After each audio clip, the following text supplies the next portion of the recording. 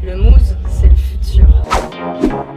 Je te présente ma copine la flemme, je la connais depuis le lycée, on dit que c'est une fille à problème. Alors, 3 mots, c'est concis. Ok, j'ai déjà fini quoi. Je m'appelle Suzanne et je suis conteuse d'histoires vraies.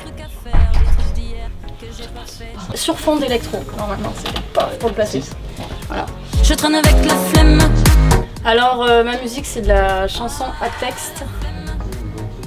Texture électronique, c'est dur en 3 mots, mais c'est de la chanson à texte et sur des textures très électroniques des années un petit peu 2000.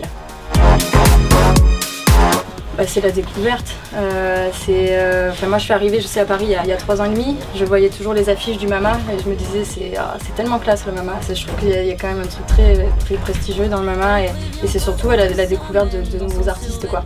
Donc de voir mon nom cette année sur l'affiche c'était quelque chose. Mais de pousser c'est à cause d'elle. En 3 mots, c'était le feu.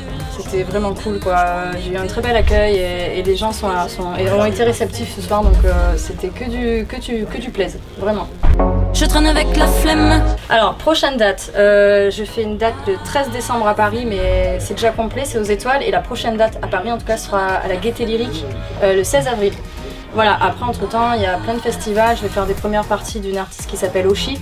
Dans peu de temps, j'ai déjà fait l'Olympia il n'y a pas longtemps avec Cœur de Pirate, ainsi que Feder il y a encore un petit bout de temps. Et voilà, ça me permet en fait, ces artistes-là qui m'invitent à jouer sur leur scène, ça me permet de faire découvrir ma musique et je trouve ça génial qu'ils le fassent. Continuer de faire des premières parties, de faire mes premiers concerts aussi parce qu'on y arrive, partager la musique et puis des clips qui arrivent et voilà, il y en a déjà 2 sur internet, il y en a un 3e qui risque d'arriver très bientôt. J'ai commencé moi, par la danse classique, j'étais assez jeune, vraiment assez petite, donc j'aime dire que mon premier instrument c'était le corps. J'ai connu le chant plus tard, j'ai commencé à chanter un peu dans les couloirs, vraiment comme ça pour le plaisir, c'est pas très original, la douche et tout ça, quoi, vous savez ce que c'est.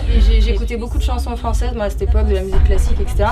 Et j'ai commencé en fait à apprendre les textes de Piaf, de Brel, de Renaud, pour m'amuser au départ, et puis j'ai ressenti que je prenais vraiment du plaisir à m'exprimer aussi par la voix. Autant que par la danse, donc voilà, j'ai vraiment commencé à me dire ok c'est cool. Après bien sûr il y a eu des moments de flou aussi où c'était un petit peu plus difficile, où les gens te disent tu veux vraiment être chanteuse, artiste, et ça va être compliqué. Enfin voilà, je pense que quand tu grandis un peu tu oublies cette notion un peu de rêve et de tout est possible, donc je pense que je l'ai oublié pendant un petit temps. Et puis finalement voilà, je travaille dans des restos, j'étais serveuse et voilà, je pense que j'ai eu un déclic à ce moment-là, à me dire vraiment écris tes chansons, ose les écrire ces chansons parce que j'en avais une profonde envie. Et voilà, je l'ai fait entre 2 services, en observant les gens, en parlant de ma vie, en racontant des histoires du quotidien.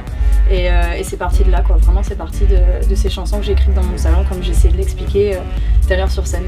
Il y a quelques temps, je servais, là, petit à petit, je commence à faire des scènes et à partager ces musiques-là que j'ai écrites du coup, sans penser que les gens les écouteraient un jour. Mais ça arrive, donc c'est fabuleux. Faire de choix, que du bonus en fait, je m'attends pas, enfin je m'attends à rien en fait, donc du coup je prends à chaque fois ce qui arrive, ce qui vient, je me dis rarement, je me dis pas il doit se passer ça, il va se passer ça, je préfère découvrir ce qui m'arrive et puis atterrir dans des endroits comme celui-ci ce soir et me dire vas-y à fond quoi. Voilà. Quand ils étaient... Je compose mes titres sur une petite Akai mini comme ça. Ouais.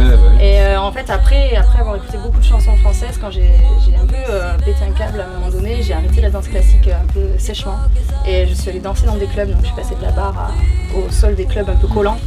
Et c'est là où j'ai découvert en fait la musique électro, Daft Punk, Vitalik, Justice, Boys Noise et Monsieur Oiseau, enfin des gens comme ça, quoi, des artistes comme ça, des trucs très quand même assez violent dans le son, quoi, c'est ce que j'aime aussi. Et ouais, ça m'a fait décoller, quoi. Donc depuis, je pense que cette musique, c'est quelque chose qui me nourrit vachement. Voilà, donc ça a été en fait assez instinctif de mélanger la chanson française, parce que je voulais vraiment chanter en français, et ces sonorités-là.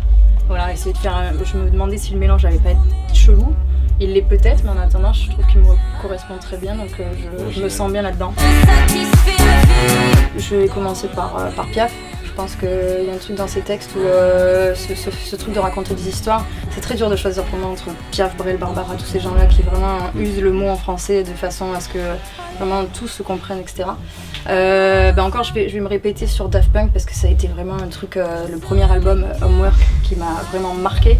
Les gens aiment aussi me comparer à cet artiste peut-être un petit côté Stromae dans le sens où si j'avais pas pensé en vrai, mais cet artiste m'a vraiment permis d'oser parce que je suivais ses petites vidéos là dans son salon, dans sa chambre là où il composait ses titres et je me suis juste dit bon, je le trouve déjà très classe ce mec et je me suis surtout dit ose le faire. Après bon, c'est sûr c'était pas si évident. Mais voilà, je pense qu'il y a ce côté un peu personnage, un peu voilà, où on peut s'y retrouver aussi, mais voilà, chacun bien sûr dans son délire, mais je peux dire que c'est quelqu'un qui m'inspire. Ouais. Petite sélection. Merci, voilà, donc merci.